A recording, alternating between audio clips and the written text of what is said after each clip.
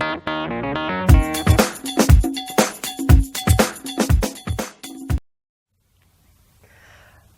I'm Scott Monroe, Food Safety Educator with Purdue University Extension, and today we're here at the Southwest Purdue Agricultural Center to continue our series on Food Safety Modernization Act and the Produce Rule.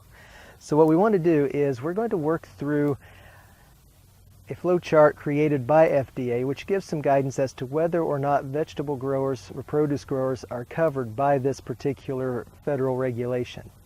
So when we work through and look at our flow chart, the first thing that we have to ask is, does my farm grow, harvest, pack, or hold produce? Now that may seem like a fairly obvious yes or no question, but the reason that's there is to help us determine whether or not you are legally a farm or a facility. The reason is that if you are a farm, you're covered possibly by the produce rule.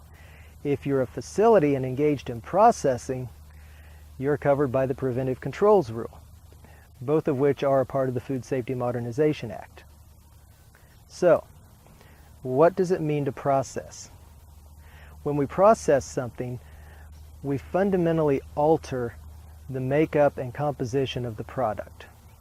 For example, washing or trimming or peeling does not necessarily constitute processing. It constitutes packing. Let's use tomatoes as an example.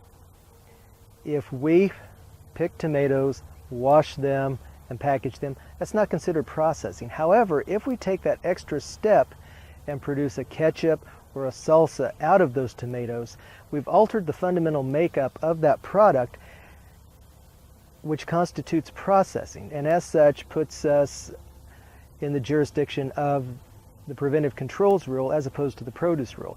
So this is something that we want to determine fairly early in the process of determining coverage, because it's going to determine which rule we fall under or potentially fall under.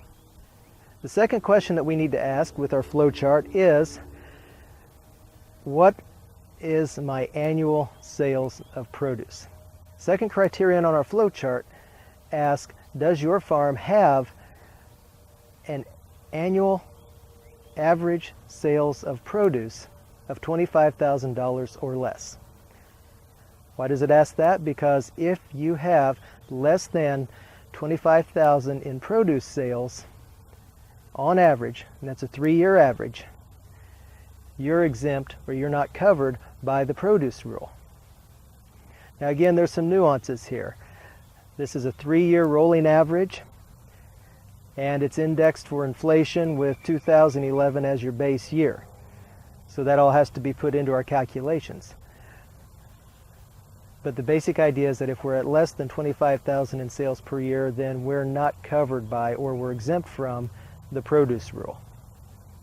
In our next series, we're going to continue to take a look at the different criteria to help us determine whether or not we're covered by the produce rule.